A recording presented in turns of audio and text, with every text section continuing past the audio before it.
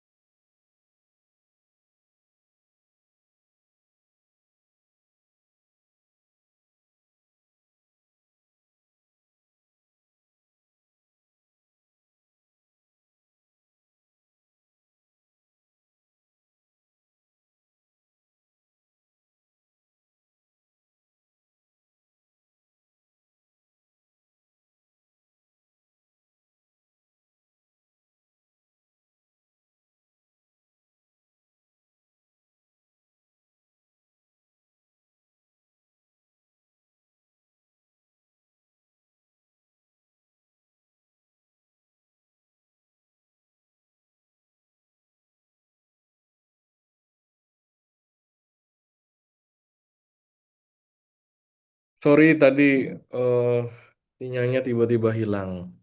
Apa sekarang sudah terlihat? Sudah, Pak. Sudah, Bapak. Oke. eh saya mulai perkuliahan pada kesempatan kali ini gitu ya, teman-teman. Kita akan bicara mengenai supply chain management gitu ya. Supply chain management itu apa namanya rangkaian proses yang ada di beberapa rangkaian proses yang ada di industri gitu ya. Nah, industri farmasi juga merupakan salah satu industri yang melakukan manajemen supply chain gitu ya, teman-teman. Kalau kita eh, bedah supply chain management atau manajemen rantai pasok, eh, definisinya adalah proses strategis yang mengatur aliran barang, informasi, dan keuangan dari bahan mentah hingga menjadi produk jadi yang sampai ke tangan konsumen. Jadi prinsipnya bahan baku gitu ya. Prinsipnya bahan baku atau bahan mentah menjadi produk jadi, tapi alirannya bukan hanya aliran barangnya saja atau bahannya saja, tapi aliran informasinya dan aliran keuangannya. Dari awal bukan cuma sampai produk jadi, tapi sampai ke tangan customer gitu ya. Itulah namanya supply chain management gitu ya. Nanti kalau ada pertanyaan silahkan ditanyakan gitu ya.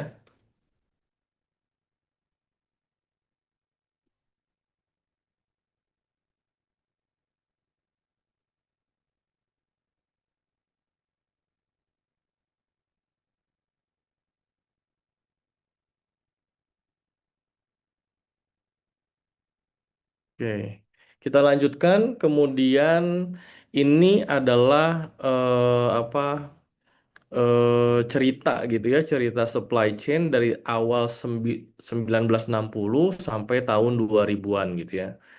Awalnya supply chain management itu mula dari inventory management. Jadi manajemen penyimpanan gitu ya, penyimpanan. Konsentrasinya pada cost control gitu ya teman-teman ya. Kemudian tahun 1970 bergeraklah ke operation planning gitu ya. Kalau sekarang namanya production planning gitu ya. Kalau teman-teman nanti sempat dengar gitu, ada namanya sistem digital namanya ERP gitu ya. Enterprise Resource Planning gitu ya. Enterprise Resource Planning. Nah, salah satu modul di dalamnya adalah production planning. Production planning gitu ya. Production plan. Ini saya mohon maaf tulisannya juga rada-rada karena pakai mouse ya. Kemudian 1980 barulah mengenal mengenai material management. Operation planning tuh gimana caranya mengoperasikan proses gitu ya. Kalau misalkan ada granulasi, sorry saya sampaikan yang operation planning dulu ya. Kalau ada proses granulasi gitu ya. Kemudian habis itu final blending. Setelah final blending, pencetakan gitu ya, pencetakan, habis itu penyalutan. Nah, operation planning itu gimana caranya proses ini bisa berjalan satu-satu. Ini kita kenal namanya, kita kenal namanya ini adalah eh, setiap tahapannya adalah working station. Jadi ini ada satu, dua, tiga, empat working station gitu ya. Kemudian 1980-an barulah eh, apa namanya banyak dibicarakan mengenai material management. Material management tuh how to manage the material gitu ya. Material itu ada namanya bahan baku gitu ya teman-teman. Ada ada yang namanya work in process WIP. Atau kalau kita kenalnya di industri farmasi ada masa, ada balek gitu ya. Masa tuh biasanya setelah granulasi, setelah final blending sebelum pencetakan gitu ya. Bulk itu sorry, masa itu bisa jadi setelah granulasi, bulk itu bisa jadi setelah final blending atau setelah pencetakan bisa juga kadang di di apa namanya di mention sebagai bulk gitu ya, bulk. Kemudian 1990 menggabungkan kedua sisi ini namanya integrated. Integrated tapi bicaranya bukan hanya operation planning dan material management tapi purchasing, finance, manufaktur sama order entry. Barulah 2000-an kenal namanya ERP ini. Enterprise Resource Planning gitu ya. Itu harapannya semua keputusan yang diambil itu apa bisa real time gitu ya. Jadi nggak lama-lama gitu, manajemen puncak bisa langsung mengambil keputusan atas semua yang terjadi di shop floor atau di lapangan gitu ya, atau di lantai produksi gitu ya teman-teman. Nah, kemudian eh, ke depan juga atau kalau kita bicara mengenai supply chain management, erat kaitannya sama kata-kata ada back end gitu ya, ada front end gitu. Ada back end, ada front end.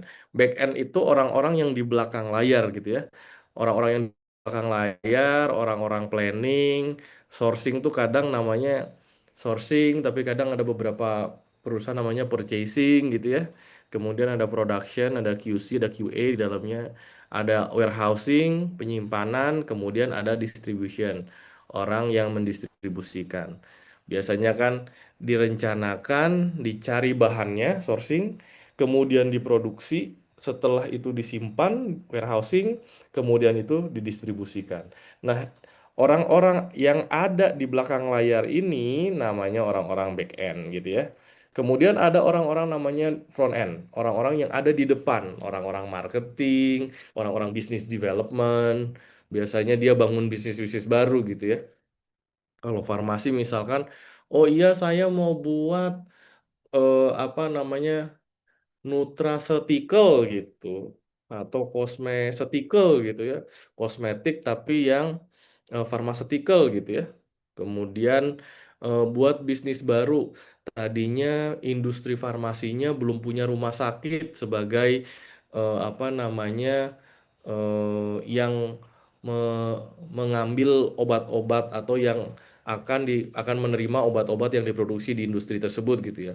Nah, itu orang-orang Busdev. Jadi dia bangun bisnis baru gitu ya. Orang marketing, orang sales gitu ya. Itu juga orang-orang front end. Marketing biasanya orang-orang yang ngebangun sistemnya supaya bisa jualan. Jualan orang-orang yang ngadepin customer apa namanya end customer biasanya teman-teman sales gitu ya. Nah, dari dua kata-kata ini ada front end, ada back end.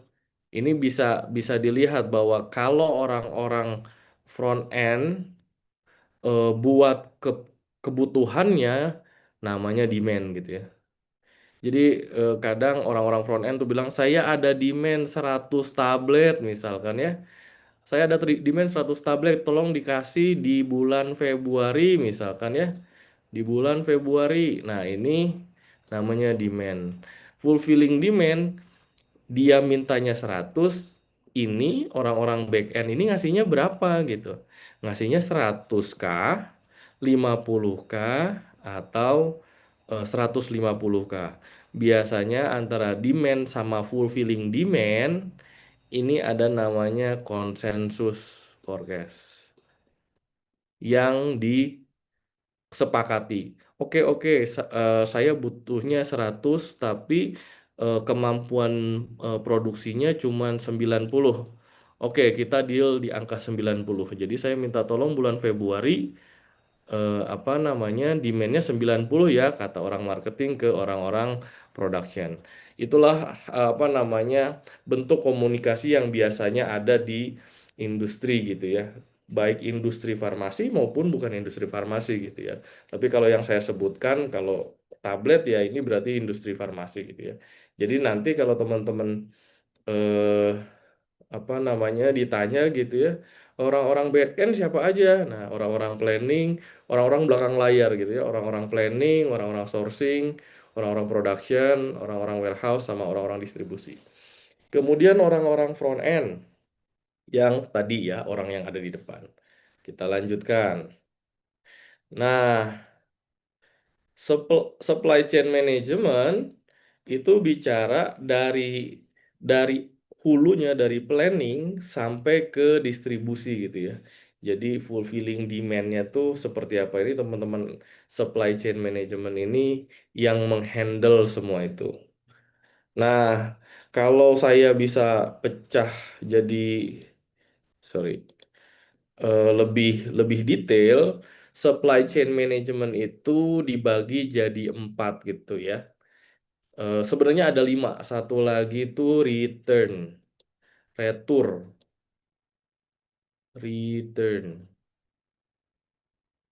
return. Tapi nanti kalau menurut saya ini agak terlalu advance untuk kita bicarakan. Tapi yang teman-teman pahamin ada planning, sourcing, making, sama delivery gitu ya. Jadi eh, ada 2 planning yang dilakukan, ada production planning gitu ya. Ada production planning, ada demand planning gitu ya. Jadi biasanya customer butuh 10, di retail harus ada 20, distribusi harus ngasih eh 20, tapi manufaktur kasih 25 ya. Nah, ini demand planningnya 25 gitu ya. Setelah itu demand planning 25 tablet. Procurement beli bahan bakunya yang relate sama 25 tablet ya. Atau nggak bisa, oh ada minimum order quantity, ya dia belinya untuk 30 gitu.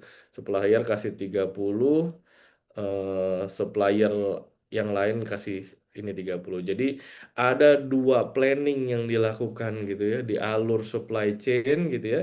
Ada production planning, ada demand planning gitu ya. Plan itu Plan itu bagaimana apa namanya memastikan gitu ya semua kebutuhannya itu inline dari customer sampai ke supplier gitu ya. Sampai ke supplier itu di planning tuh. Kemudian di sourcing ya sourcing dilakukan oleh procurement ke supplier gitu ya. Procurement ke supplier. Saya minta setahun 30 ya. Kata supplier, oh saya nggak bisa, saya hanya bisa kasih 25, berarti proses sourcingnya kurang baik gitu ya. Nah ini yang harus dilakukan oleh procurement. Procurement itu ada strategic sourcing di dalamnya. Beda sama purchasing. Purchasing itu hanya beli saja gitu ya. Kalau procurement itu ada strategic sourcing di dalamnya gitu ya. Atau strategi gimana caranya mendapatkan bahan baku yang sesuai kualitasnya, kuantitasnya juga sesuai gitu dalam waktu yang tepat gitu ya. Kemudian make ini ada di manufaktur gitu ya teman-teman. Make ini ada di manufaktur. Jadi ini benar-benar dipantau gitu. Benar nggak kamu bisa kasih 25 tablet gitu. Tiba-tiba oh saya baru bisa 20 tablet, mesin saya rusak. Nah, berarti manufakturnya kurang baik. Proses make-nya kurang baik gitu ya. Kemudian deliver ada di distributor, ada juga di retail gitu ya. Karena distributor mendeliver dari manufaktur ke retail gitu ya. Retail itu mendistribusikan dari distributor ke customer gitu ya. Jadi 4 alur supply chain yang sangat penting adalah planning, sourcing, making, sama deliver gitu ya. Yang return setelah deliver sebenarnya kalau ada kendala itu produk harus bisa dikembalikan dari customer kembali ke manufaktur gitu ya. Ini return ya. Tapi jarang kita bicarakan. Yang penting ada 4 ya. Jadi alur supply chain ada 4 gitu ya. Ada planning, ada sourcing, ada making, ada deliver gitu ya. Ini ini sama saja seperti yang tadi teman-teman. Ini jalurnya dari customer tadi saya sudah sampaikan ya, ke sampai ke wholesaler itu demand planning gitu ya. wholesaler atau distributor. Habis itu dari manufaktur ke supplier itu namanya apa namanya production planning gitu ya. Inventorinya juga banyak, di semua titik ada inventory. Di manufaktur ada inventory, nanti kita bicara inventory management di belakang. Terus ada distributor juga punya inventory, wholesaler juga punya inventory, retail atau apotek gitu ya, juga punya inventory. Wholesaler itu bisa PBF, apa namanya, eh, PBF cabang, ada PBF pusat gitu ya, bisa kita bicarakan itu namanya distributor gitu ya. Kita lanjutkan ya. Kemudian kita bicara mengenai pemilihan bahan baku. Kalau pemilihan bahan baku itu apa sih yang harus dipilih? Kalau kita berkaca atau melihat pada apa namanya case raw material atau API, Active Pharmaceutical Ingredient atau bahan baku aktif obat, itu ada tiga yang harus dilihat. Yang pertama kualitas, yang kedua kedua apa namanya biaya atau cost, yang ketiga supply-nya gitu ya. Jadi kalau kita bicara cost, keterjangkauan, affordability. Kalau supply itu ketersediaan atau availability gitu ya. Biasanya dua titik ini itu apa namanya menjadi salah satu key point atau KPI dari Kementerian Kesehatan juga gitu ya. Jadi obat itu harus terjangkau, affordable, dan tersedia atau available gitu ya. Nah, ini, nah kualitinya ini biasanya MOH gitu ya, Ministry of Health.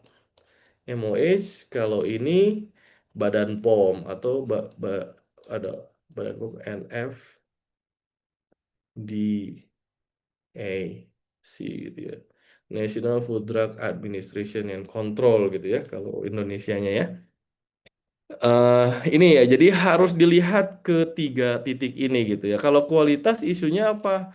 Nggak boleh ya di bawah potensinya, subpotens. Misalkan kadarnya sesuai dengan farmakope. Farmakope mention harus 95 sampai 105.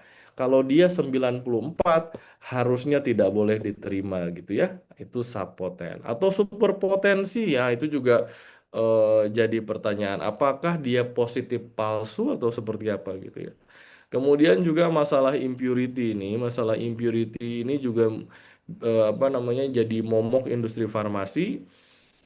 Bisa jadi itu karena degradannya. Ada beberapa bahan baku aktif obat dengan polimorfisme tertentu itu jauh lebih tidak stabil yang menyebabkan impurity-nya naik gitu ya. Atau yang ketiga atau yang keempat adalah kontaminasi. Dia terkontaminasi karena cross kontaminasi ketika proses produksinya gitu ya. eh Proses produksi bahan baku obatnya itu proses cleaning validasinya kurang bagus. Jadi ketika proses produksi paracetamol bahan bakunya terus ganti ke amlodipin misalkan masih ada sisa paracetamol di dalam amlodipin. Nah, itu kontaminasi gitu ya. Atau kontaminasi mikroba misalkan pada kualitas kelas E di area produksi ternyata filternya bocor menyebabkan mikronya jadi tinggi gitu misalkan ya. Nah, itu tidak boleh. Memang impactnya pada efikasi dan safety. Yang kontrol biasanya itu ya Badan POM atau NFDAC ya. Kalau cost sama supply itu banyaknya MOH gitu ya. Kadang juga Badan POM sering melihat juga affordability dan availability di dalamnya gitu ya. eh tapi memang responsibility-nya terlihat pada dua departemen atau dua kementerian dan lembaga ini pembagiannya seperti itu gitu ya. Quality ada di Badan POM, cost and supply ada di MOH gitu ya. Kemudian kalau kita bedah satu-satu misalkan isu kualitas pada bahan baku yang terakhir-terakhir malah sebenarnya hampir sama dengan ini. Kalau tahun 2008 ada ada ada sesuatu yang terjadi di US gitu ya. Ada sekitar 150 fatality gitu ya, kematian karena kontaminasi dari API gitu ya, kontaminasi dari bahan baku aktif obat gitu ya, terkontaminasi dari gliserin dengan yang di dalamnya ada etilen, di etilen. Kalau kalau dulu sirup kita apa namanya, sirup di industri farmasi kemarin sempat terkontaminasi gitu ya, atau eh, terdengar isu terkontaminasi dengan EG, DEG gitu ya. EG dan DEG. Itu EG dan DEG ini jadi apa namanya? Akhirnya jadi persyaratan untuk bisa produk itu dirilis lagi ke pasaran gitu ya. Jadi hampir sama dengan case yang ini. Jadi memang pemilihan bahan baku obat, bahan baku aktif obat khususnya itu memang harus baik dilihat dari sisi kualitasnya gitu ya.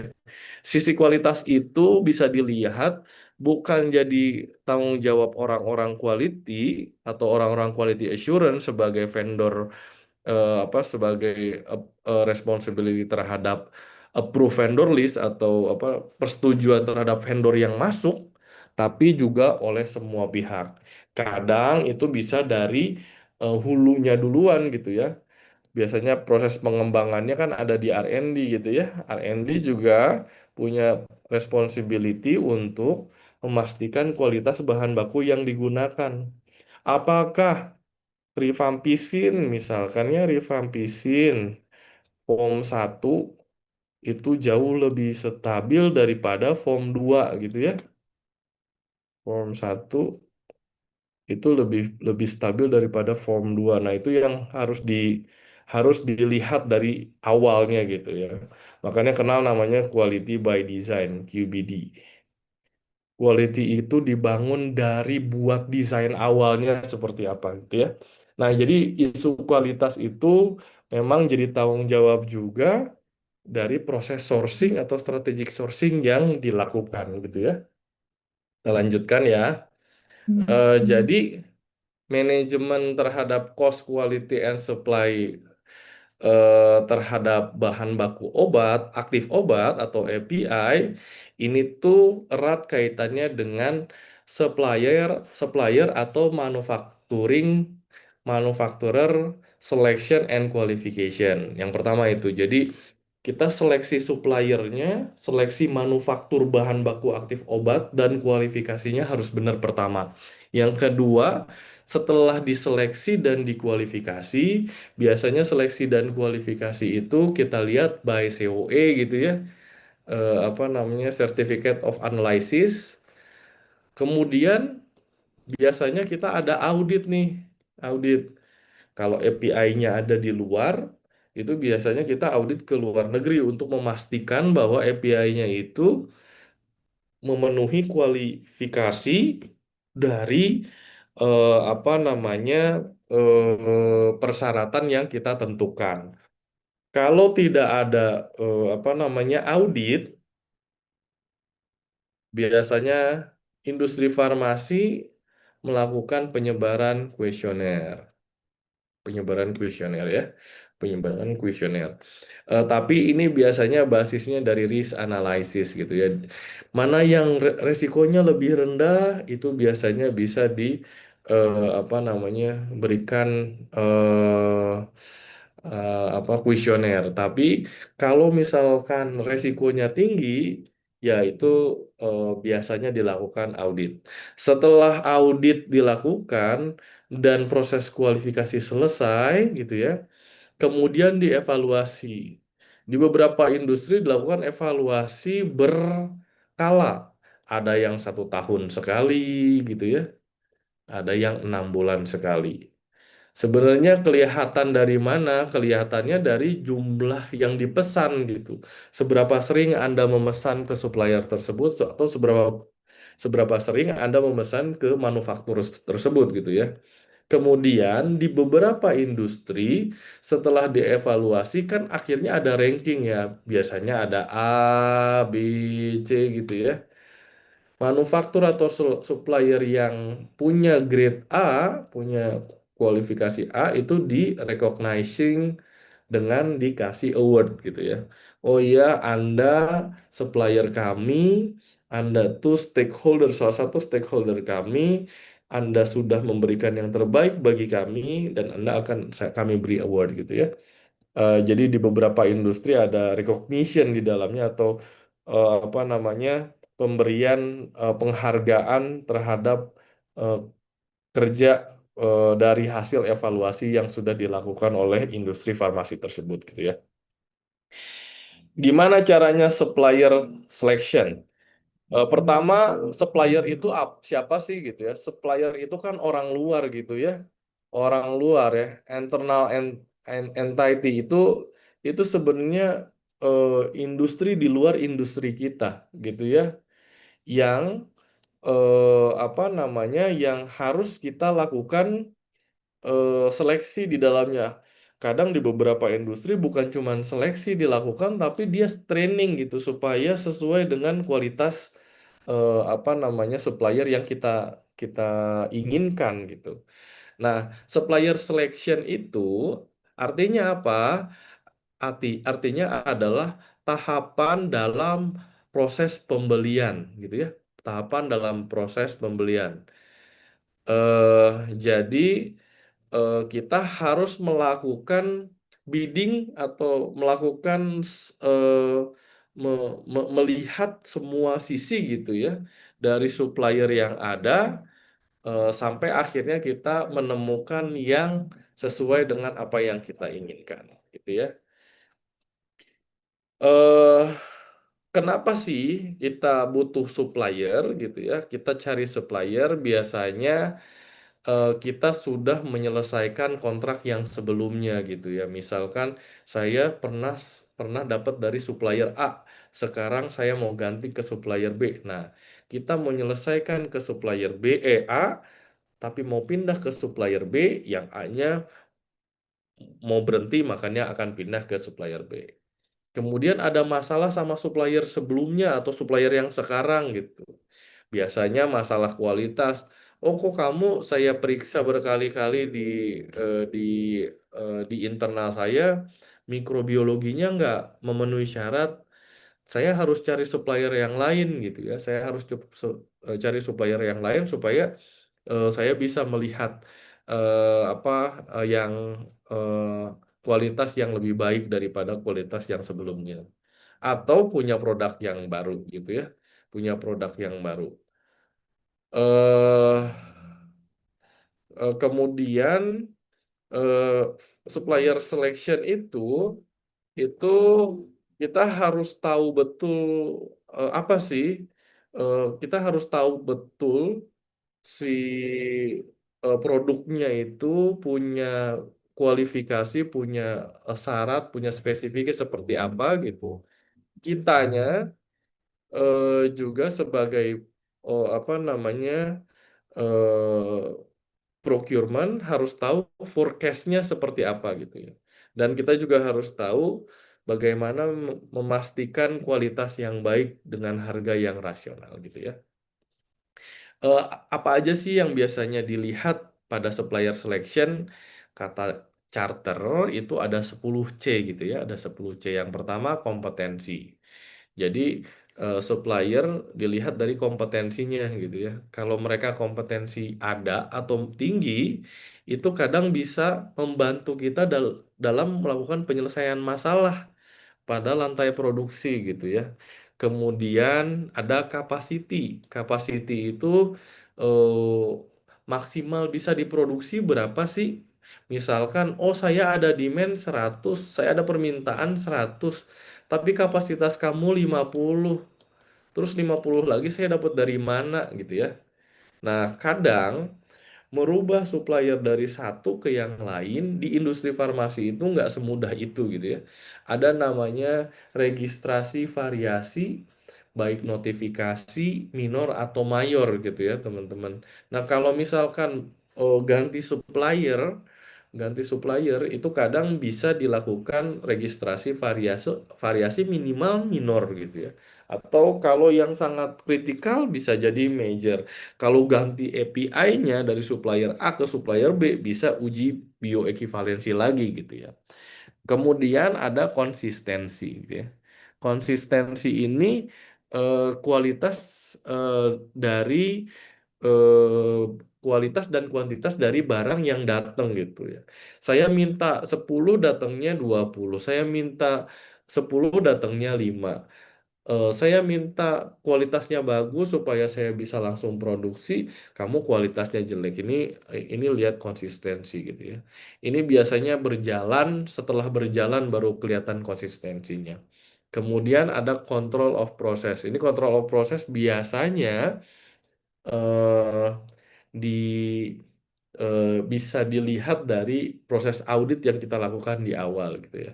Kemudian cost and price ya pastilah ya karena kalau mau ngelihat apa namanya proses produksi itu kan apa industri itu meningkatkan nilai jual gitu ya. Yang tadinya bahan bakunya harganya 10, saya jadiin produk jadi harganya jadi 15. Saya jual 15, bahan bakunya naik jadi 15. Lah saya jadi nggak untung gitu ya. Nah, makanya ada cost and price gitu ya dari supplier selection. Jadi bukan cuma kompetensi, capacity, konsistensi dan control of process tapi cost cost juga. Kemudian komitmen to quality. Jadi ada beberapa supplier itu bilangnya gini, kalau kualitasnya nggak bagus kembaliin ke saya langsung. Atau kalau kualitasnya nggak bagus, musnahkan di sana. Saya akan bayar biaya pemusnahan gitu ya. Cash and finance gitu ya, cash and finance misalkan namanya eh, term of payment, TO, sorry. Ada term of payment, sorry. Ini bukan term of TOP, term of payment. Jadi kalau saya beli sekarang dibayarnya 30 hari ke depan atau 60 hari ke depan. Jadi apa namanya itu jadi bahan pertimbangan juga karena di industri itu term of payment ini akan apa namanya akan mempengaruhi cash flow di industri farmasi.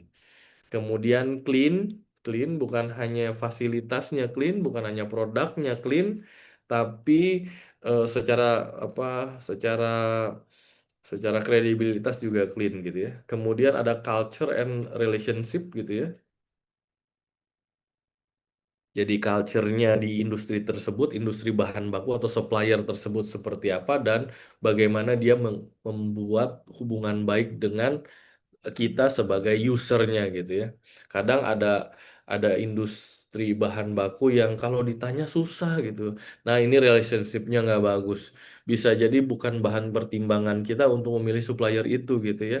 Saya mau orang after sale service-nya harus bagus gitu ya. Nah ini di relationship. Kemudian communication. Ya communication itu ya tadi relationship di dalamnya, tapi kadang communication juga kalau kita pakai bahasa misalkan bahasa Inggris tapi mereka nggak bisa pakai bahasa Inggris, agak sulit juga untuk membangun komunikasi itu. Jadi pada satu frekuensi yang sama gitu ya. Nah, kemudian eh cara beli cara beli API itu gimana sih? Ada yang direct gitu ya. Ada yang direct dari API manufacturer ke finished good manufacturer gitu ya. Biasanya ini nggak disimpan-simpan ke distributor gitu ya, nggak PBF bahan baku misalkan, nggak langsung dikirim ke finish produknya. Ini biasanya kualitasnya bagus nih, continue supply-nya bagus. Tapi term of payment-nya biasanya lebih lebih sedikit. Biasanya kalau di sini atau di sini nih biasanya bisa 30 hari misalkan ya, di sini bisa 60 hari. Kalau di sini, oh saya nggak bisa, saya cuma bisa 5 hari gitu. bisa 5 hari. Nah, biasanya kalau yang langsung beli dari API manufacturer, ini tuh kebutuhan yang demand-demandnya besar, yang kebutuhannya besar. Oh, saya butuh misalkan 100 ton setahun gitu. Daripada saya ke sole agent, saya mending buat jadwal 1 tahun pengiriman ke saya berapa banyak, langsung dari API manufacturer. Tapi masalahnya di term of payment yang jauh lebih eh, tidak ini ya, tidak apa namanya, tidak adjustable gitu ya, tidak bisa didiskusikan kadang ya kalau ke API manufacturer. Tapi ada yang ke sole agent gitu ya, ada yang ke sole agent, ada yang ke sole agent. Jadi ini agen agen satu-satunya gitu ya, yang ditunjuk oleh API manufacturer untuk bisa ngirimin ke semua finish produk manufacturer gitu ya. Nah, ini biasanya kualitasnya ya lumayan lah karena sole agent ini langsung terkontrol oleh API manufacturer gitu ya. Sole agent nih. Jadi kualitasnya ya alhamdulillah lah masih bagus juga gitu ya. Continuity supply-nya juga bagus karena dia satu-satunya agent gitu ya, atau agent tunggalnya dari API manufacturer gitu ya. Nah, term of payment-nya ini bisa bisa lebih lebih enak nih daripada yang pertama gitu ya karena direct ke API manufacturer. Ya biasanya ini kita ke mereka 30 hari, mereka ke sini ya tetap 5 hari gitu. Tapi dapat margin dari harga yang lebih mahal biasanya kalau kalau nggak ke kalau kalau ke manufaktur biasanya lebih murah dibanding ke sole agent gitu ya. Nah, trader ini biasanya dari sole agent, jadi dari sini ke sini, dari sini ke sini gitu ya. Nah, ini trader biasanya kualitasnya jauh lebih sulit dikontrol karena trader ini jual beli lepas ke sole agent gitu ya. Kemudian continuity supply-nya juga nggak jauh lebih baik daripada continuity supply di sole agent. TOP-nya lebih bagus, TOP-nya lebih bagus gitu ya. Apa namanya, harganya biasanya jauh lebih mahal dibanding ke sini gitu ya. Jadi itu bisa bisa dilihat. Oh, kalau yang nggak banyak-banyak bolehlah ke trader karena nggak bisa ke API manufacturer langsung gitu ya. Tapi kalau yang agak-agak sedang gitu kebutuhannya nggak terlalu besar tapi nggak terlalu kecil juga, bisa ke sole agent. eh Mungkin yang ini bisa saya lengkap aja. Jadi kadang industri farmasi itu melihat supplier itu nggak boleh satu. Misalkan saya punya paracetamol. Paracetamol di Indonesia itu ada namanya supplier bahan baku Riasima gitu. Ah, saya udah ke Riasima aja, cuman satu misalkan. Nah, itu biasanya di industri farmasi melihat ada namanya single source gitu ya, ada single source, ada multiple source gitu ya. Ada single source, ada multiple source. Multiple source itu, ah saya nggak beli dari Riasima aja, tapi saya beli dari yang lain. Tapi kalau single source, oh, udah saya sama Riasima aja. Kita mau lihat apa untungnya, apa ruginya gitu ya. Kalau untungnya multiple sourcing gitu ya, multiple sourcing biasanya harganya lebih kompetitif gitu ya. Nah, terus kita bisa memastikan supply-nya jauh lebih aman. Kenapa? Karena kalau supplier A ada masalah, saya ke supplier B gitu ya. Gitu ya. Jadi eh, karena karena memastikan supply-nya baik, kompetisinya juga baik, harganya biasanya jauh lebih bersaing gitu ya. Nah, ini kalau menurut saya sama aja ya, sama aja karena dipastikan dari supply-nya yang baik gitu. Makanya multiple source itu punya keuntungan, supply-nya baik, kompetisi dengan harga yang baik gitu ya. Tapi single source ada nggak sih fungsinya? Ada nggak sih apa namanya, eh apa artinya gitu? Ada. Single source itu biasanya kalau volumenya besar gitu ya, kalau volumenya besar, harganya bisa jadi lebih rendah daripada yang bersaing tadi gitu. Misalkan ada 2 atau 3 supplier gitu ya, harga rata-ratanya 50. Tapi kalau kita beli besar, beli dengan volume besar, itu biasanya harganya lebih rendah gitu ya, atau cost-nya lebih rendah gitu ya. Nah, kalau biasanya kalau udah pembeliannya besar, dia pakai long term contract gitu ya. Long term contract. Jadi, supaya kepastian supply yang bermasalah pada masalah yang pertama, sorry. Masalah pertama yang memastikan supply itu juga bisa selesai karena dia buat long term contract gitu ya. Jadi single source punya keuntungan, multiple source juga punya keuntungan. Kemudian saya bicara mengenai inventory management gitu ya. Inventory itu apa sih? Kalau ada kebutuhannya 100 gitu ya. Eh Supply-nya tuh tersendat gitu. Kadang bisa 100, kadang bisa 50, kadang bisa 150. Inventory ini adalah tempat untuk menjadi bantalan supaya demand-nya tetap 100 dalam rentang waktu yang kita inginkan. Misalkan, oh iya saya minta 100 sebulan. Nanti bulan pertama suplainya cuma 50, bulan kedua suplainya 100 pas. Bulan ketiga bisa jadi 150. Oh, berarti inventory saya setidaknya harus saya taruh 50 gitu supaya yang ini bisa memastikan demand-nya apa namanya eh sesuai gitu. Yang jadi haram hukumnya adalah ketika demand-nya ini jauh lebih tinggi daripada rata-rata supply-nya tanpa ada inventory di dalamnya. Nanti jadinya stock out gitu ya. Stock out. Jadinya stock out. Nah, supply management, inventory management ini harus memastikan tidak boleh ada stock out di dalamnya gitu ya. Ya, ini dasarnya inventory gitu ya. Inventory itu bisa jadi karena due date-nya nggak sesuai. Saya minta tanggal 29, datangnya baru tanggal 3 Februari. Tanggal 29 Januari, datangnya tanggal 3 Februari. Jadi yang harusnya tanggal 3 Februari saya udah mendapatkan produk, ini belum dapat produk karena bahan bakunya belum datang gitu ya. Ada kualitas yang nggak bagus. Saya harusnya udah bisa produksi menghasilkan 50 tablet, tapi tidak bisa menghasilkan 50 tablet karena kualitasnya tidak bagus gitu ya. Setupnya lama, saya harusnya setting 5 jam selesai, ini jadi 10 jam. Harusnya jam kelima saya sudah dapat produk baru, produk gitu ya, tapi ini nggak bisa dapat produk.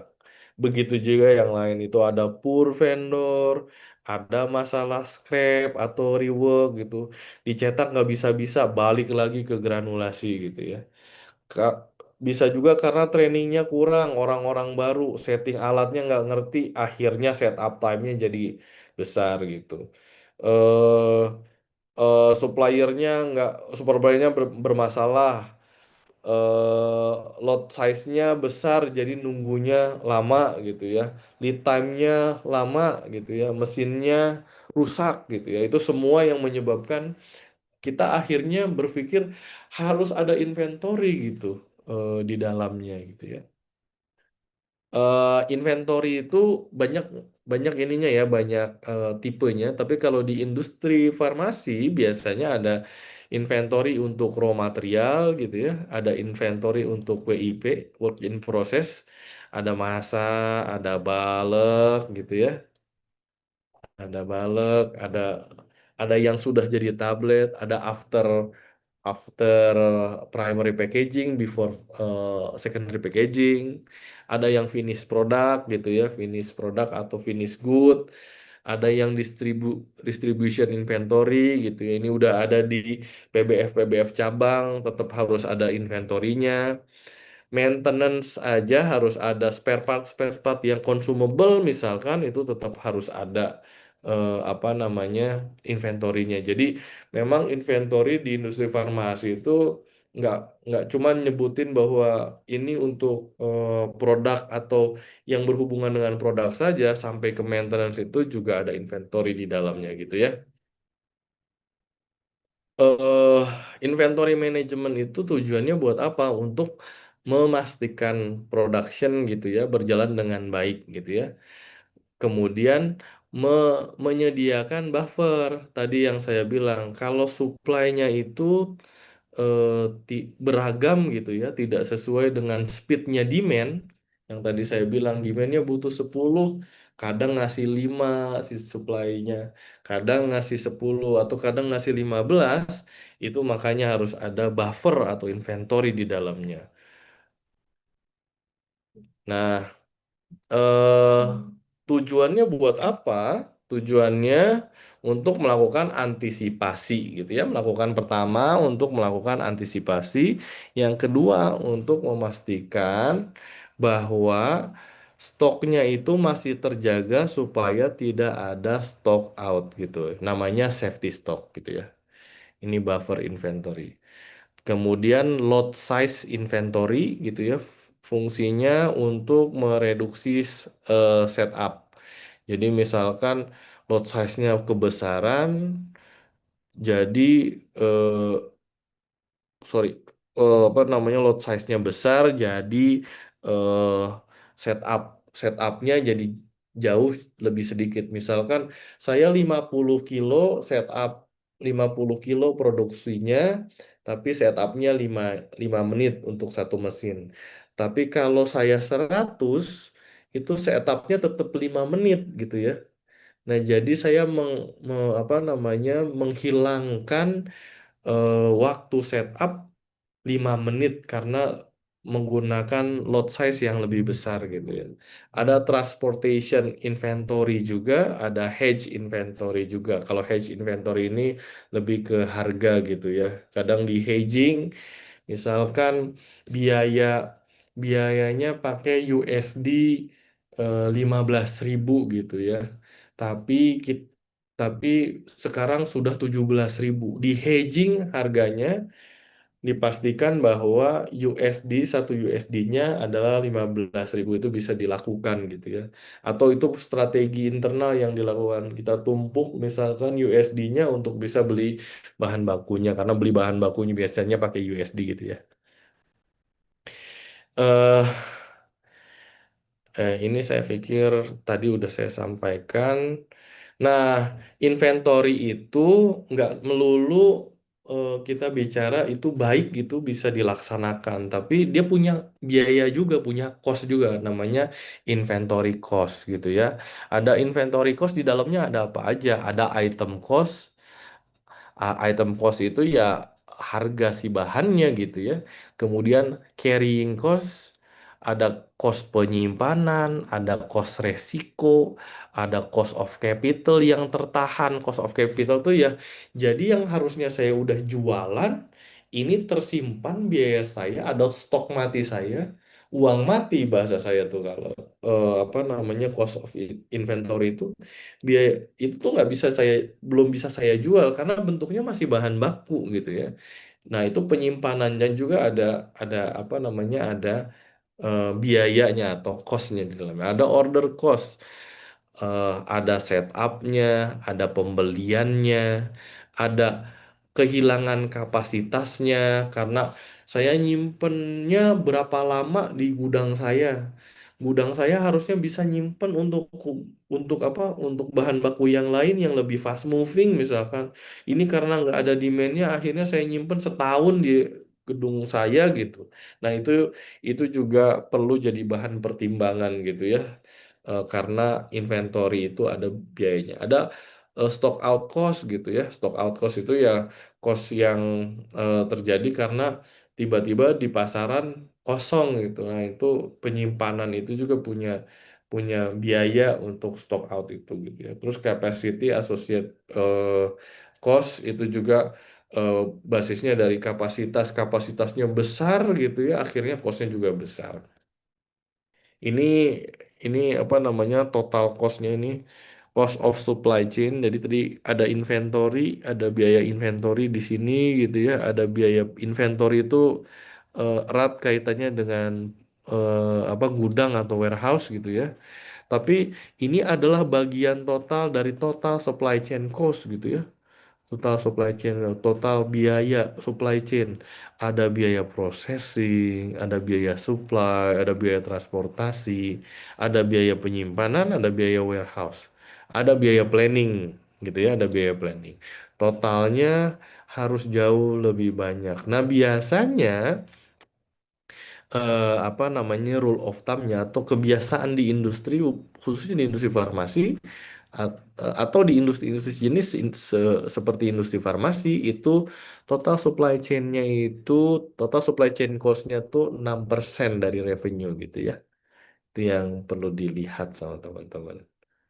Nah, terus kalau kita bicara mengenai inventory management atau inventory cost itu ada inventory control namanya nanti ini untuk teman-teman memahami saja ada namanya EOQ atau Economic Order Quantity gitu ya.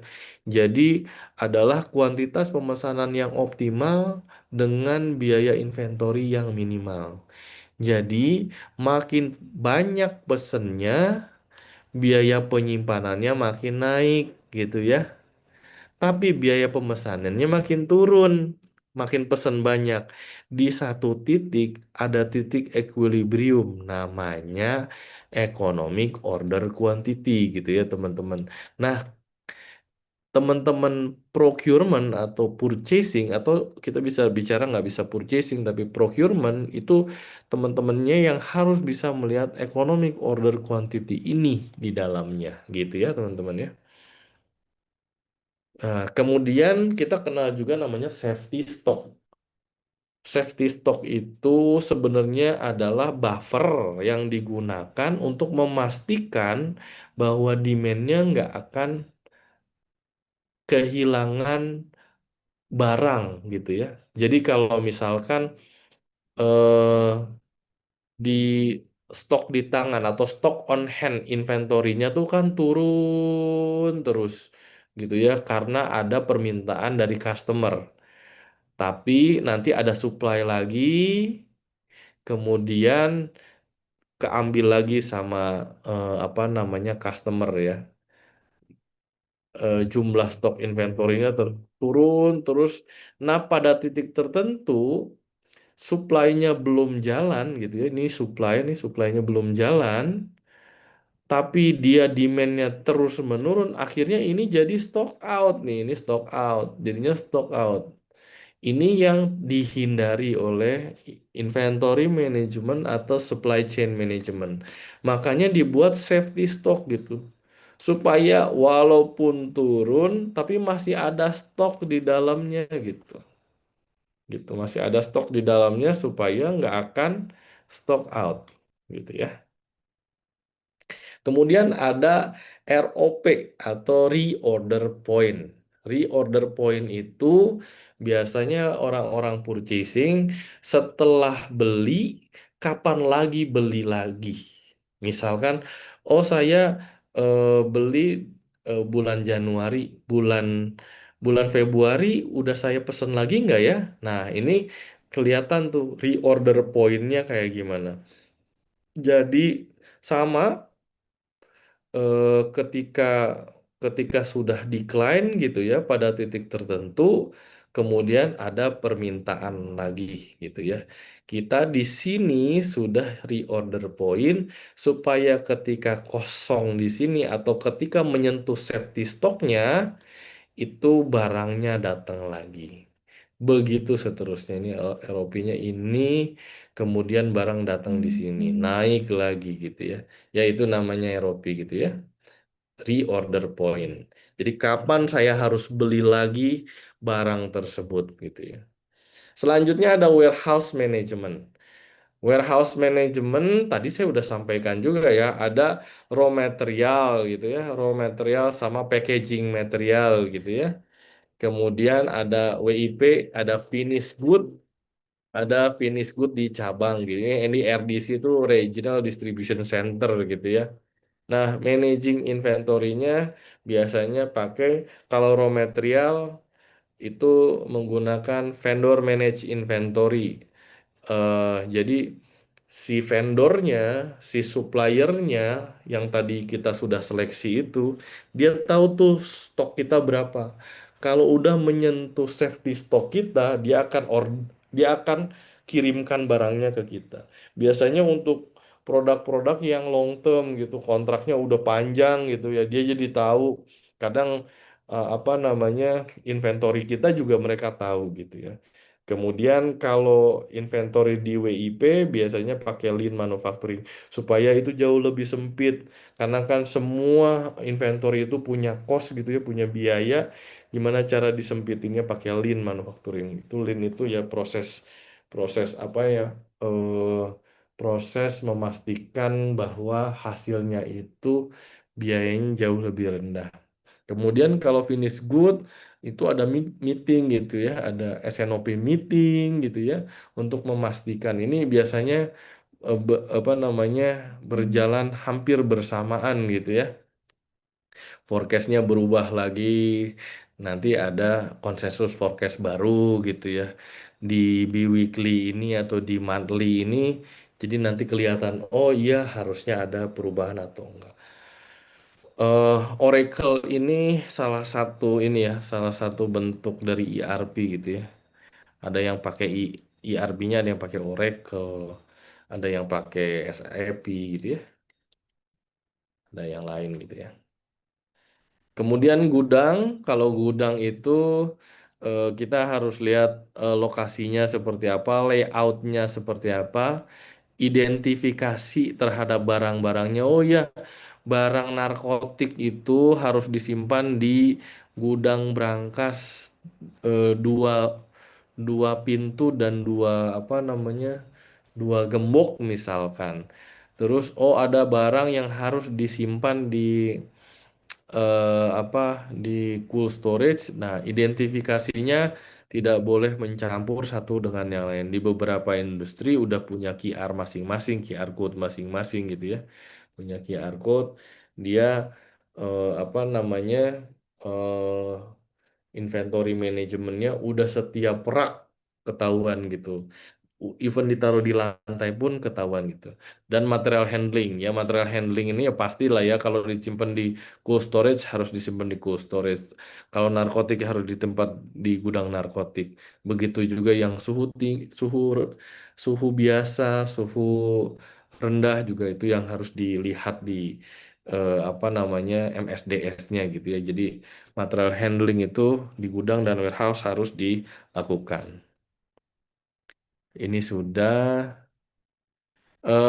Kalau kita mengenai warehouse, kalau kita lihat lebih dalam, basis dari WHO yang harus dilihat good storage practice itu ada personil, ada fasilitas dan peralatan gitu ya.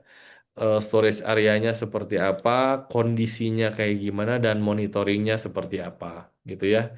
Ada yang sudah pakai BAS, Building Automation System gitu ya. Kalau suhunya nggak sesuai, dia langsung adjust. Atau suhu di luar jauh lebih dingin, biasanya humidity-nya tidak baik di di dalam, dia adjust tuh air handling unitnya supaya menghasilkan apa namanya kelembaban yang sesuai gitu. Storage requirement ada dokumentasi, ada labeling, ada apa namanya receipt dari barang yang masuk gitu atau produk-produk farmaseutical yang masuk gitu ya. Kemudian stock rotation dan kontrol kadang ada FIFO gitu ya. Ada FIFO first kok FIFO-nya first in first out, ada yang first expire first out gitu ya. FIFO. Wah, gitu ya.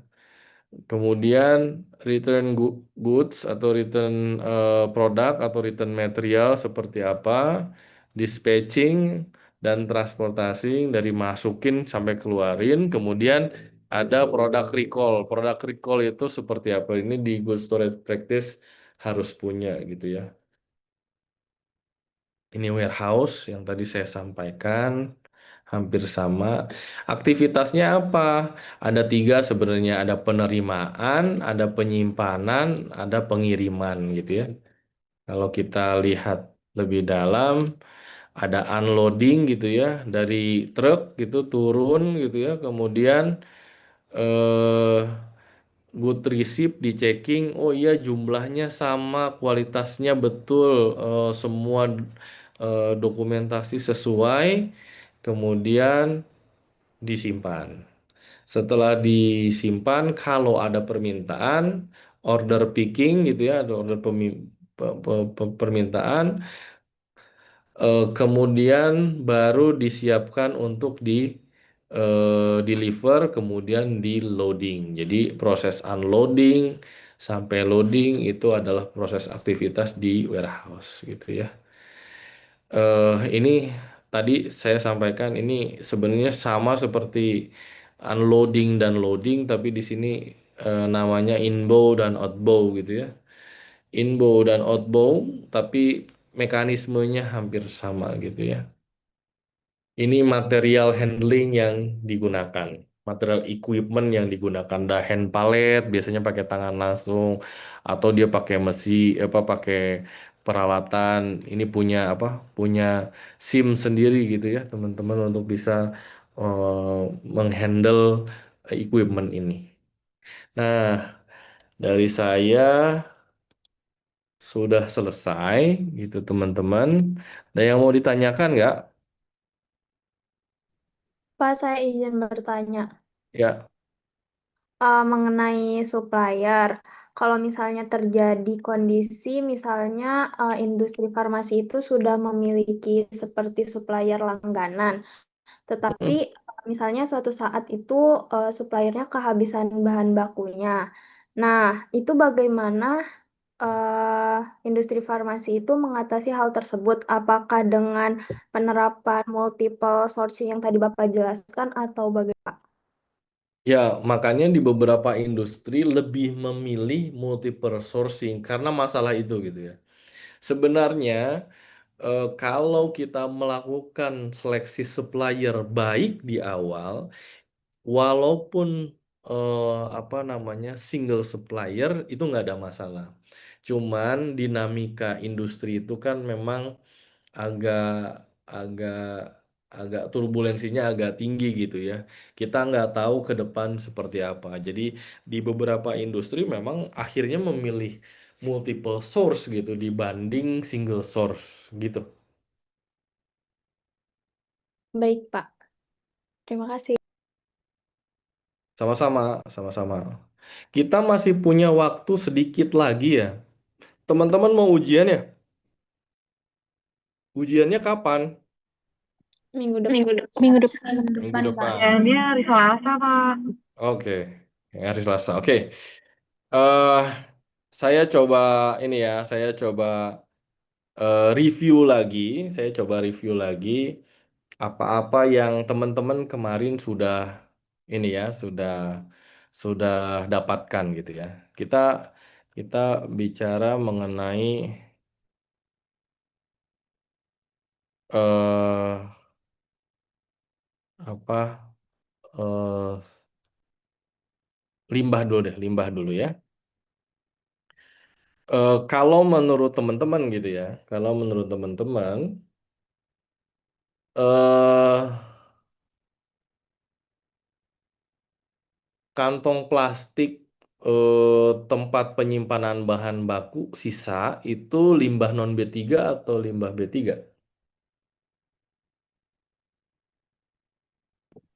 B3 ya, Pak. Limbah B3 betul ya. Jadi nanti jangan jangan keliru gitu ya untuk memilih mana yang limbah B3, mana yang bukan limbah B3 gitu ya. Saya tanya lagi ya, saya tanya lagi supaya ini ke review lagi. Eh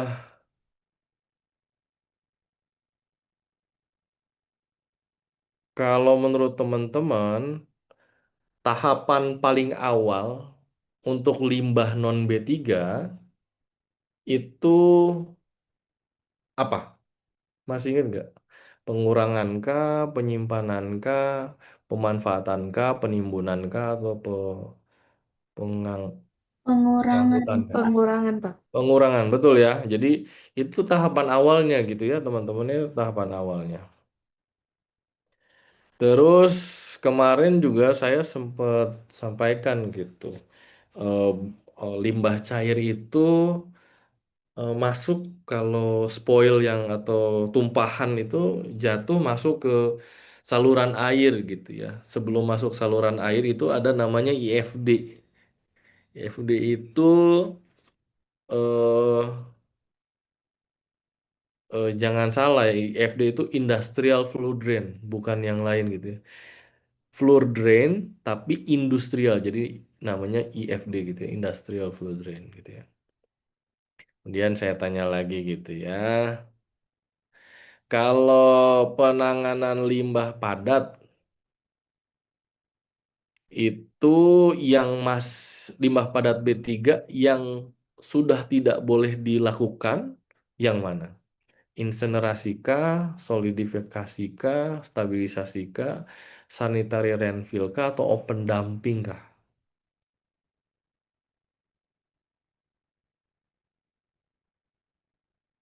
Sambil ingat-ingat lagi ya. Jadi kalau penanganan limbah padat B3 itu nggak boleh pakai open dumping gitu ya. Sanitary landfill yang paling bagus gitu ya. Tapi disolidifikasi, distabilisasi, diinsinerasi boleh nggak bisa, bisa dilakukan. Tapi kalau open dumping, jadi ditaruh terus dibuka gitu aja nggak boleh gitu ya. Jadi harus hati-hati, harus bisa membedakan antara open dumping sama sanitary landfill gitu ya. Terus bahan pengikat gitu ya, bahan pengikat yang digunakan eh untuk proses solidifikasi nanti juga tolong dilihat gitu ya. Hmm, Selanjutnya yang supply eh, supply chain management gitu ya. Tadi saya bicara mengenai back end sama front end gitu ya. Kalau sales itu back end atau front end? Front end, Pak. Front end, good, good ya. Tapi yang orang back end, orang-orang yang di belakang layar gitu ya. Nanti coba apa namanya, coba diingat-ingat mana yang back end, mana yang front end gitu ya. Tadi ada 4 apa namanya pekerjaan supply chain gitu ya yang penting. Boleh nggak sebutin apa aja? Plan, Yuk. search, pack, deliver. Planning, Oh, sir. good, good, good, good ya. Itu jadi jangan lupa. Ada juga return, tapi kadang disebut, kadang tidak disebut gitu ya. Selain itu bukan merupakan pekerjaan supply chain gitu ya. Terus pemilihan bahan baku tadi ada tiga, tiga tiga aspek yang dilihat. Ada kualitas, ada cost, ada supply gitu ya. Terus nanti coba dipelajari mengenai apa namanya supplier selection 10C itu. Coba dibaca kembali. Hmm, Mungkin sisanya insya Allah teman-teman bisa bisa ini ya, bisa belajar belajar lagi dan saya pikir insya Allah bisa bisa ini ya, bisa menyelesaikan UTS-nya jauh lebih baik gitu ya. Mungkin dari saya cukup untuk kesempatan kali ini. Terakhir dari saya, ada yang mau ditanyakan untuk persiapan UTS nggak?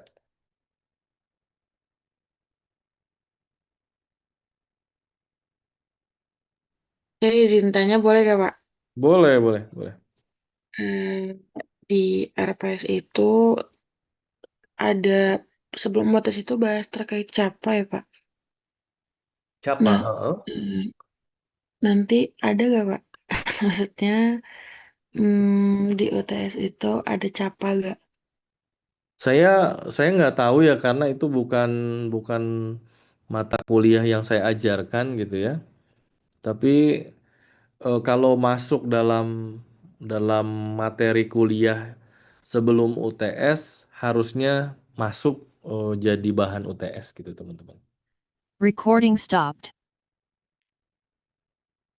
Tapi kalau soalnya ada atau tidak, mungkin better ditanyakan ke dosen yang mengajarkan CAPA gitu ya teman-teman ya. Saya akan pastikan yang supply chain sama sama apa namanya pengolahan limbah itu teman-teman bisa memahami dengan baik gitu ya. Ada lagi yang ditanyakan? Saya mau izin tanya materi yang tadi, Pak. Ya, boleh. Tadi kan ada yang setelah proses supplier evaluation, ada supplier recognition ya, Pak ya. Ya, Yang betul. Awarding supplier A, B, C Awarding. gitu, iya. Mm-mm. Nah, itu setelah awarding itu tuh itu berpengaruh nggak sih Pak? Kayak misalnya kalau misalnya yang grade A itu tuh bakal lebih sering dilakukan pembelian ke supplier A gitu, atau hanya sebagai awarding kalau di kualitas dari suppliernya saja? Akhirnya itu jadi bahan evaluasi internal dari industri farmasi untuk menentukan strategi ke depannya. Biasanya di industri itu ada misalkan sampai E gitu ya, A B C D E F A B C D E gitu ya. Nah, supplier-supplier dengan kualitas E gitu atau grade E itu bisa jadi bahan pertimbangan kita jadi nyari another supplier gitu. Tapi kalau apa D, C, B, A misal, oh kalau D masih nggak boleh juga nanti akan kita cari lagi apa namanya supplier yang baru, yaitu jadi bahan pertimbangan tuh industrinya tuh. Yang tadi saya sampaikan, wah saya mau N sama dia, oh saya karena ada masalah kualitas, ada masalah kuantitas, ada masalah permintaan tanggal 13 datangnya tanggal 30 misalkan. Nah itu jadi bahan pertimbangan untuk cari another supplier atau cari supplier baru. Tapi kalau yang C, B, A misalkan, oh yang C saya bisa bina, ada training internal yang dilakukan. Kalau B dan A itu akan jadi supplier tetap dari kita gitu. Biasanya setiap tahun atau minimal 1 tahun sekali itu dilakukan oleh industri farmasi. Gitu. Pak, terima kasih. Siap, sama-sama.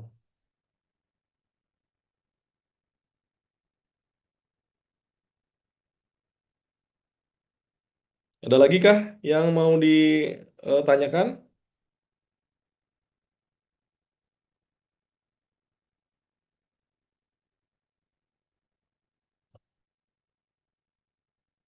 Kalau Kalau masih ada, silakan. Kalau tidak ada, izin saya tutup nih, teman-teman.